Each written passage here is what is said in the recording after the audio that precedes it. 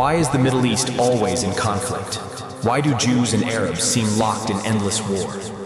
Hello, and welcome. Tonight, we'll take a long and gentle journey through the sands of the ancient Near East, through scrolls filled with promises and pain, and through the quiet footsteps of two brothers whose legacy still echoes in the world around us.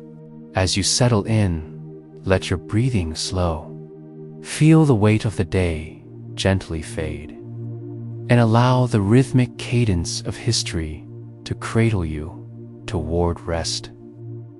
Only the quiet rustle of ancient tents, the flickering of oil lamps against worn clay walls, and the distant hum of wind crossing barren hills.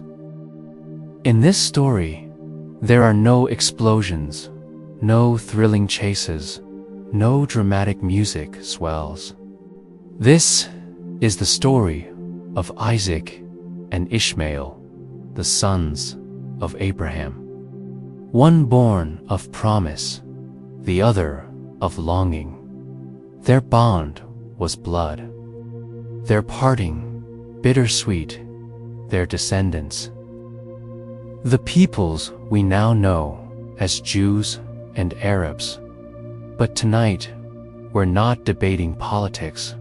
We're not parsing news reports or choosing sides. We're stepping far, far back to a time when the world was still new, to walk beside shepherds and wanderers, mothers and sons, to listen quietly to the rhythms of ancient life. And imagine yourself in the highlands of Canaan, beneath a sky scattered with stars. It is there that our story begins. Segment 1. Daily life in the time of Abraham. Tents, wells, and desert rhythms. Imagine yourself waking up in a large, linen-lined tent.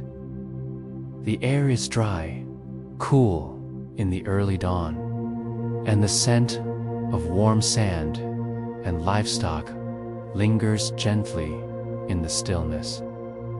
Outside, the horizon begins to glow, a faint orange behind the silhouette of distant hills.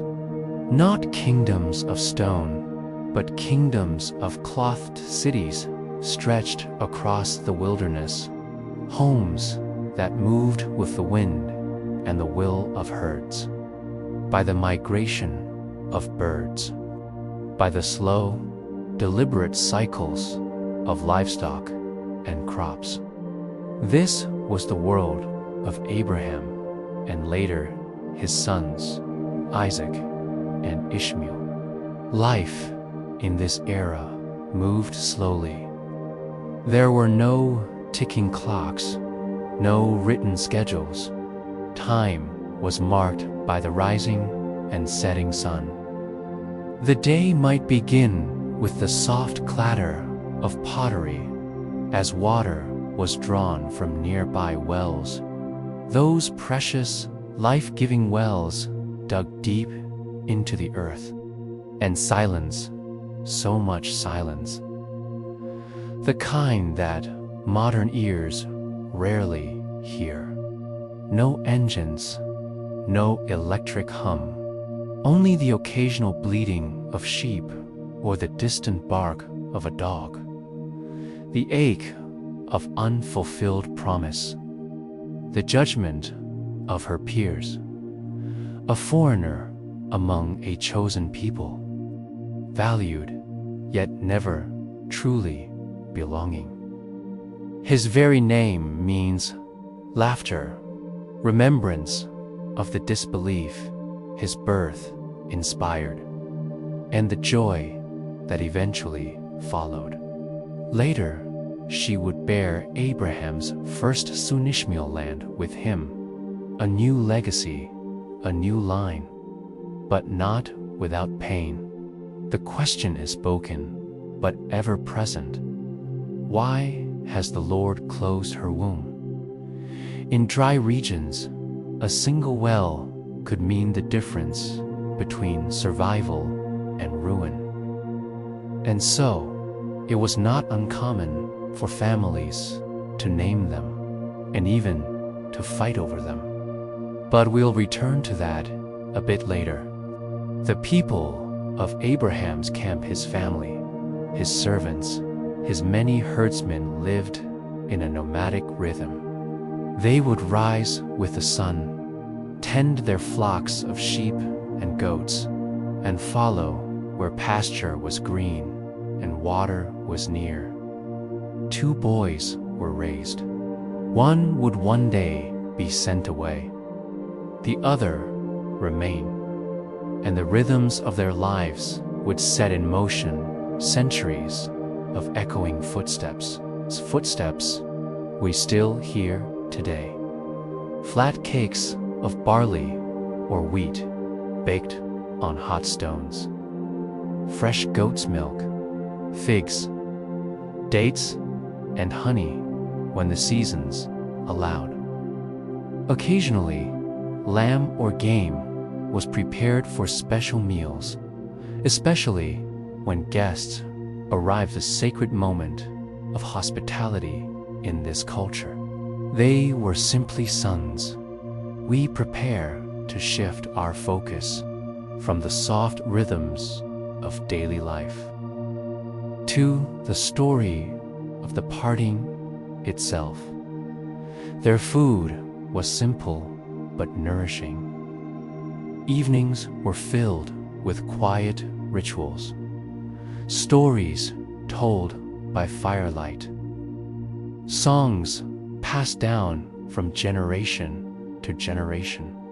And though their lives seemed distant from ours, the people of this time loved and grieved, hoped and feared much as we do. Sarah, Abraham's wife, bore the quiet burden of childlessness for much of her life. Hagar, her maidservant, lived with a different kind of tension. And Isaac, the son of the promise, born to Sarah in her old age, in the hush of the desert night, under endless stars, these people carried stories within them, promises whispered by God. Tension between women sharing the same man, sons growing up in the shadow of prophetic destiny. But to outsiders, it may have looked like nothing more than the slow, quiet life of a wandering tribe. Camels resting, goats bleating softly, the tent flaps rustling in the wind, and the constant, patient journey, always moving, always waiting for something yet to come. It is in this context of routine, ritual, and deep personal longing that the seeds of future division were planted. In this quiet life, beneath the gentle arcs of desert skies. But before that parting, playing in the sand, laughing, learning their father's prayers, bound by blood, yet divided by fate. As the sun sets again behind the hills, casting long, golden shadows, the choice, the exile, the moment the world changed. Let us now gently transition to segment 2. Segment 2, the parting of the brothers, Isaac, Ishmael, and the birth of a conflict. Imagine yourself sitting near a tent on the edge of a desert encampment. A breeze brushes against linen walls. The sheep are quiet. A fire crackles softly nearby. Somewhere, not far away, two boys are playing. Perhaps they're tossing stones, laughing, perhaps running barefoot along the path between water jars and grazing goats. Their names are Isaac and Ishmael, two sons, two mothers, one father, Abraham, and this is the beginning of something larger than any of them could have seen. Ishmael, son of Hagar, Sarah's Egyptian maidservant. For over a decade, he had been the only child, the heir apparent, the future. The tension in the camp, at its heart, lived a tension slow, burning, unspoken, but deeply felt. Sarah, once barren, now had a child, Isaac, born to her in old age, a miracle child, a promise fulfilled. The household of Abraham, though blessed and growing, was not without its shadows. The Hebrew word used here, metzuk, carries shades of laughter, playfulness, and perhaps subtle challenge. Some scholars suggest it was harmless jesting. He had raised him, held him, guided him. Others believe it hinted at a deeper thread, a question of inheritance, of place, of power. To send Hagar and her boy away into the wilderness. For it is through Isaac that your offspring will be reckoned. Abraham rose. We are not told whether Ishmael cried or whether Abraham turned away as they walked into the wilderness. But I will make the son of the slave into a nation also, because he is your offspring, was not just a family decision. It was heartbreak, a fracture, a wound. For that woman's son will never share in the inheritance with my son, Isaac. But long before Isaac's cry ever filled the tent, another child had arrived. Until, suddenly, he wasn't. The Bible tells us that on the day Isaac was Winda, day of celebration, Sarah, Ishmael, mocking. To Sarah, it was intolerable. Get rid of that slave woman and her son, she demanded of Abraham. Her voice may have been quiet, or it may have been shaking with a fury born from years of waiting, of hoping, of watching another woman bear her husband's child. Abraham's sorrow, the scriptures tell us plainly. This distressed Abraham greatly. The child was his son, his blood, his firstborn. To cast Ishmael out. And yet, God spoke. Listen to whatever Sarah tells you, God said. His descendants would stretch far and wide, eventually giving rise to many Arab peoples and, in time, to Islam. They would not share their father's tent or his teachings. Their paths, once parallel now, diverged into the vastness of history. And so, in the soft hush of early morning, remained a father's daily presence. He prepared provisions, bread, water. He gently woke Hagar and her son. There may have been words, there may have been silence, but in that moment, the parting happened, and with it, the ancient conflict began. Into the wilderness, the desert is not forgiving. Hagar and Ishmael wandered the vast region known as Beersheba. The sun beat down, the water ran out. And soon, all hope seemed lost. The Bible offers a quiet, almost unbearable image. Hagar placing her son under a bush, retreating a short distance and saying, "I cannot watch the boy die." A message from God. Do not be afraid. God has heard the boy crying. I will make him into a great nation. Something remarkable occurred. Nearby, a well of water appeared. Life returned. Ishmael was saved. And with him, a legacy continued. The two sons, two destinies from this moment on, Isaac and Ishmael, lived apart. They would not grow up together.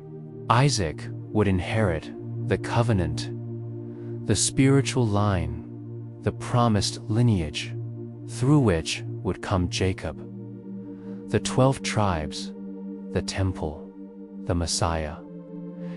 Ishmael would become a great nation to a father of 12 princes, just like Isaac's son, Jacob. And yet, the emotional imprint of that parting, the son cast out. We begin to shift gently from family history to something broader. The mother rejected, the loss of a place, a promise. It is a quiet tragedy, and also a turning point. The echoes of inheritance. The deepest wounds often echo across generations. The story of Isaac and Ishmael became not just a family tale, but a symbolic origin for two civilizations. In Jewish tradition, Isaac is the chosen line, miraculously born, spiritually favored. In Islamic tradition, Ishmael is honored as the obedient son, perhaps even the one nearly sacrificed by Abraham in the ultimate act of faith. Two narratives, two claims, one story diverging like a river split by rock. And yet, not all was lost between them. A reunion at the end, years would pass, lives would unfold. Abraham, the patriarch, would live to a ripe old age, full of days. And when he finally passed from this life, his sons, Isaac and Ishmael, buried him. Side by side, no words are recorded, no speeches. But they stood together, if only once more at the edge of their father's tomb. It is a quiet, solemn image. Two sons, united, if only in grief. Two paths, momentarily converging. And, perhaps, a whisper of peace before they once again went their separate ways. As we let this scene settle in, like twilight over a tented camp, not just sons and fathers, but nations. Not just personal rivalry, but cultural identity. In our next segment, we'll explore the mystery and meaning of sacred spaces, the Temple Mount, the Dome of the Rock, Mecca, Jerusalem, and how the descendants of Isaac and Ishmael have vied not just for inheritance, but for the very center of the world. Let us now turn to Segment 3. Segment 3, Sacred Spaces, Sacred Stories, Temples, Prophets, and a Battle of Memory. Imagine yourself walking slowly through ancient stone streets. The sun is warm but not harsh, and the air is thick with history.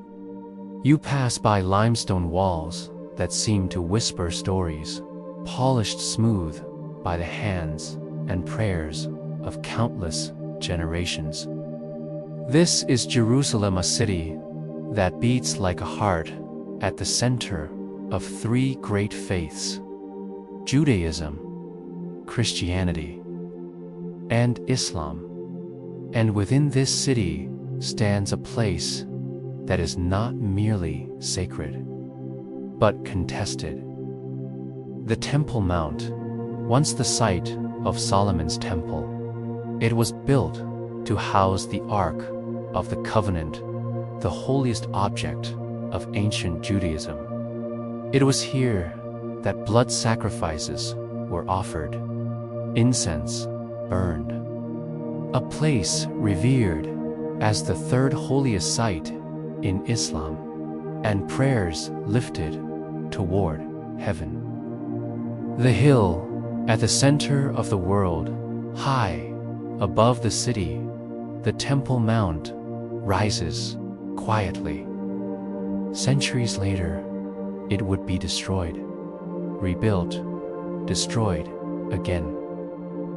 Today, no Jewish temple stands on the mount.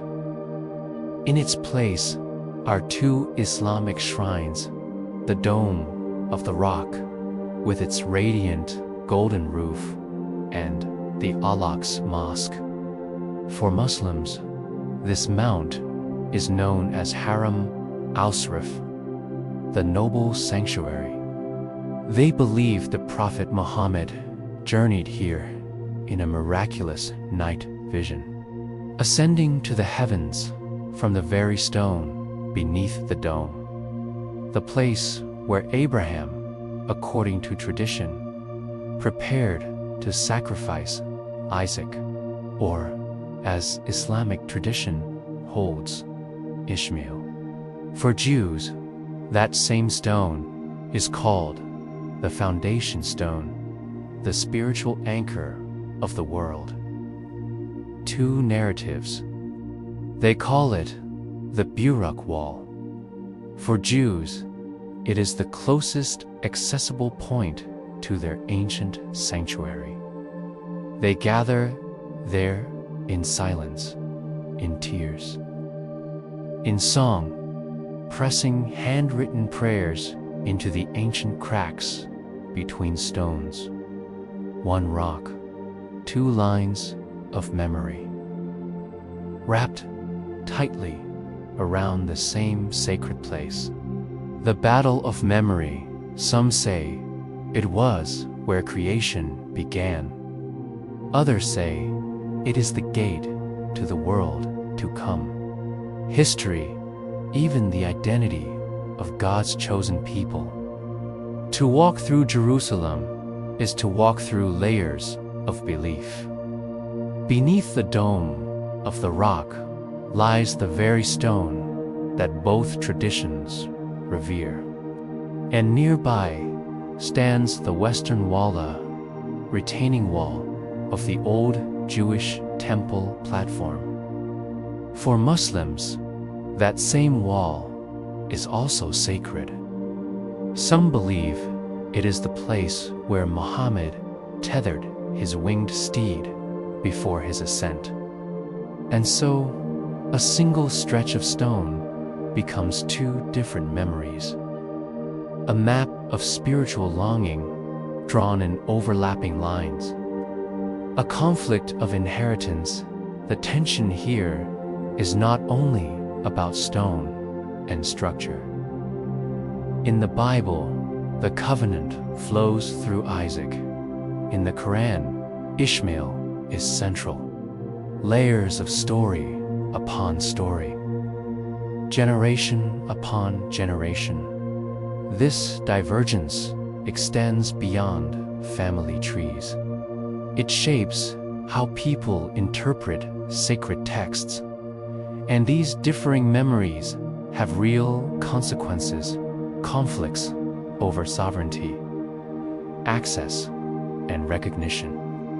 Because to control a holy site is not only to guard stone and soil, it is to claim a legacy.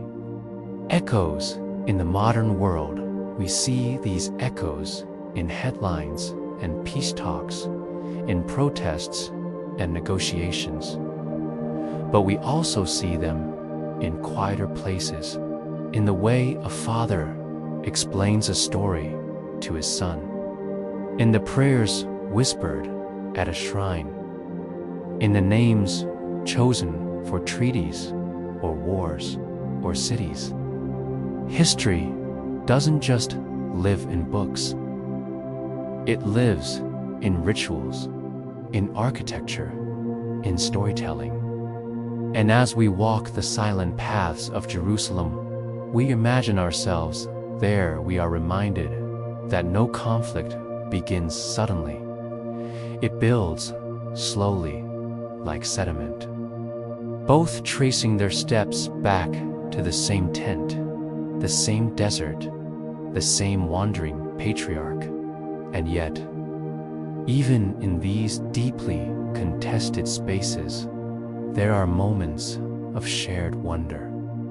Both Jews and Muslims revere Abraham. Both hold deep respect for Jerusalem. Both traditions speak of divine mercy, of repentance, of peace, and in the mystical branches of each faith, the Jewish Kabbalists and the Muslim Sufis, we find teachings that almost echo one another.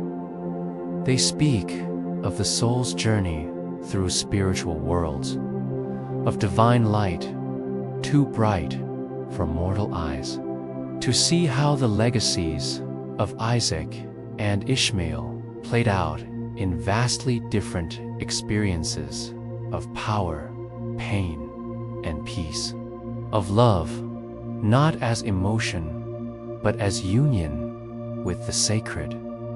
The geography of the soul, it is here that sacred space becomes something more. Not only the stones beneath our feet, but the geography of the soul. Two faiths, two peoples. And as the golden dome catches the setting sun, casting soft light across the ancient city, we are left not only with the contrast of faiths, but with the possibility of shared awe. Let us now prepare to shift gently once more, from stone to flesh, from temples to tables, from priests and prophets to princes, soldiers, and shepherds. In our final segment, we will step quietly into the lives of kings and commoners, rich and poor. We now begin Segment 4. Segment 4: Princes and Nomads. The lives of the powerful and the ordinary in the wake of Isaac and Ishmael. Imagine a desert encampment at twilight. A prince sits in a richly adorned tent, the air heavy with the scent of perfumed oil and roasted lamb. He is a descendant of Ishmael, leader of tribes, father to warriors, a man of wealth and influence. He is also a descendant of Abraham, perhaps from the line of Isaac's, living in quiet devotion to his ancestors' God, far from palaces or courts. Now imagine, just beyond the horizon, a humble herdsman guiding his sheep to a narrow stream. These two men do not know each other, and yet they share a distant bond, one of blood, of promise, of exile and return. The sons of Ishmael, power in the desert. The Bible records that he became the father of 12 princes, leaders of tribes that spread across the Arabian wilderness. Ishmael, as we've seen, was promised greatness. Their fierce tribal loyalty. His descendants became known for their independence, their mastery of the harsh environment, and the Ottomans ruling vast swaths of land from Spain to Persia. Over time, these tribes would evolve into powerful dynasties, eventually giving rise to mighty empires such as the Umayyads, the Abbasids, and yet the early identity of Ishmael's line remained tethered to the desert, to the camel, the oasis, the wind-blown tent. Their power was not just military or political, was cultural. Their poetry sang of the stars. Their calligraphy danced across the pages of the Quran. Their language, Arabic, became the vessel of both science and scripture. And always beneath the might lingered a sense of destiny, that they, too, were sons of Abraham, that they had a claim to the divine, only to be followed by division, conquest, exile, and destroyed, and honey, but also riddled with enemies, idols, and war, and eventually return. The sons of Isaac, covenant and struggle, Isaac's descendants, too, would walk a winding path. Through Jacob, his son, came the 12 tribes of Israel, each with its own destiny, its own share of struggle. While Ishmael's line stretched across the wilderness, Isaac's descendants settled in the land of Canaan land, flowing with milk. Over centuries, they would rise, fall, rebuild. From the shepherd boy David to the wise King Solomon, the Israelites experienced golden ages. Their temple would be built, and an Arab philosopher debating the meaning of divine unity in poetic Arabic. Their kingdom would expand and collapse. Their people would be scattered across the earth. And yet, what defined them most wasn't wealth or empire, but identity. A people set apart, a people of the covenant, bound to the God of Abraham by laws, festivals, and traditions, waiting always for the fulfillment of promises. Contrast and continuity. If you stood quietly in a city market of Damascus 1,000 years ago, you might have seen a Jewish scribe meticulously copying Torah scrolls. Both believed in one God. Both traced their faith to Abraham, but their worldviews were shaped by very different lines of inheritance.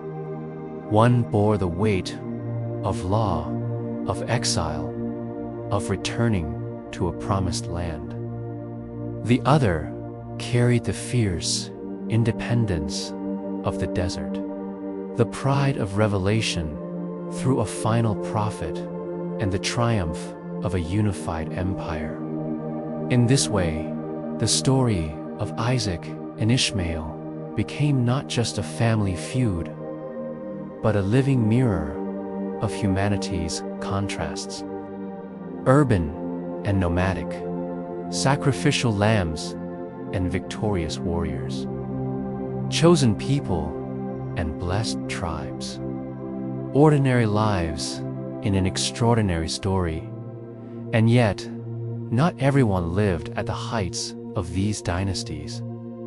For every king, there were 1,000 shepherds For every prophet, a sea of silent pilgrims. What was it like to be a Jewish mother in Babylon, centuries after exile? Lighting Sabbath candles and whispering psalms by memory. Or a Muslim trader crossing the Saharan sands, calling out prayers in the cool dawn before setting out with spices and silk. These were the quiet custodians of heritage. They preserved what was sacred in kitchens, in songs, in bedtime stories. Before we conclude, they did not shape history with swords, but with faith and family and endurance. And through them, the children of Isaac and Ishmael continued to live out the echo of their father's footsteps. When stories overlap, even in modern times, these overlapping stories continue. A Palestinian farmer digs up ancient olive roots, his land claimed, his lineage denied. An Israeli archaeologist uncovers pottery from King David's era, confirming long-held beliefs. A Jewish rabbi and a Muslim imam shake hands on a peace accord named the Abraham Accords. Two peoples, two destinies, one origin. A soft reflection. So here we are, at the quiet end of a long journey. From the hush of desert camps to the echoes of sacred stones. From the laughter of children to the loneliness of exile. From covenant to conflict and back again to the hope of peace. Let's close this story gently with a final thought. A whisper from the ancient past. Conclusion, a gentle reflection on peace, legacy, and the comfort of distance. And now, you may find yourself drifting. Perhaps you're still with us, walking slowly beneath the fig trees of ancient Canaan. Or maybe your thoughts have wandered softly, dreamily away from the desert and into your own stillness. That is perfectly fine. Of whispered prayers and quiet separations, of conflict and reunion. And tonight, we have followed that rhythm through centuries of footsteps. We began with two brothers, born of one father, raised under different skies. One Ishmael, strong and wild, a survivor shaped by exile. The other Isaac, quiet and contemplative, the child of divine promise. Together, they buried their father, Abraham, in a silent act of unity. And perhaps that is the quiet message of all we've explored tonight, that for all the wars, for all the contested memories, for all the broken treaties and long exiles, there is still the possibility of peace, not always loud, not always political, but personal, spiritual, quiet, the comfort of now. As you lie here tonight, perhaps with the faint glow of a screen beside you, or the hush of your room wrapping gently around you, you are not in the desert. You are not caught between brothers, nor bound by the weight of ancient inheritance. You are simply here, in the present, to listen and to let go. A place of calm, of comfort, of knowing that Even in a world shaped by old tensions, there remains the choice to rest. A closing whisper, the sons of Isaac and Ishmael are still here. Some speak in Hebrew, others in Arabic, and many in the shared language of hope. And maybe one day, not far from now, they will meet again, not in argument, but in memory. Not in conquest, but in kinship. Until then, we remember the rhythms of their lives. We honor their stories, and we return quietly to our own. So now, as your breathing slows and your eyes begin to close, know that this journey, like so many in history, is not meant to keep you alert, but to carry you gently into peace. Thank you for joining us tonight on Boring History for Sleep. We'll be here again whenever you need us. Good night and sleep well.